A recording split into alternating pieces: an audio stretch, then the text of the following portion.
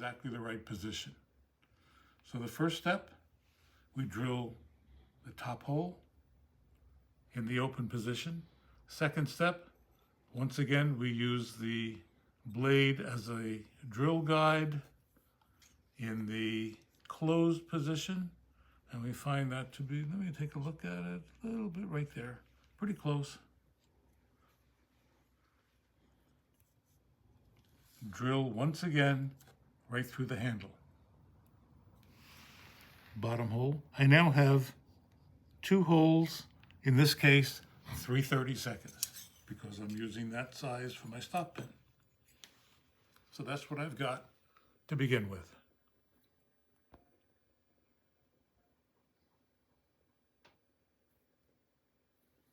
Okay, next step,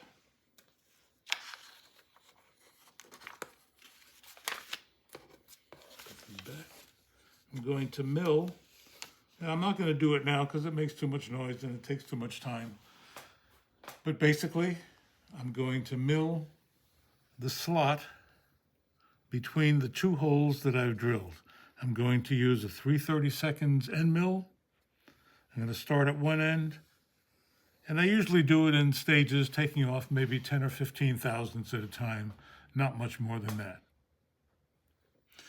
Now, if I'm using a 3/32 end mill, and I'm using a 3/32 stop pin, at this stage, the blade basically won't move because there's no clearance between the pin and the slot. It's the same size, and it's going to jam. So what I'll do on the milling machine is I'll move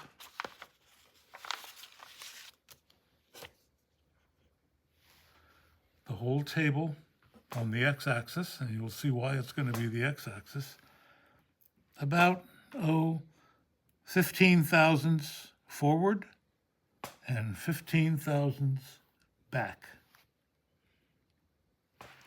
Let me get my little red pencil here. This is my favorite pointer, actually. So I want to move, after I've milled the center track, I want to move the table back 15 thousandths and forward 15 thousandths. That'll give me 30 thousandths clearance for the stop pin to move in the track. Without rubbing, without bouncing on anything, it'll be just perfect. So now we're going to go over to the milling machine, and I'm going to give a little show on how to center the rotary table. And here we are.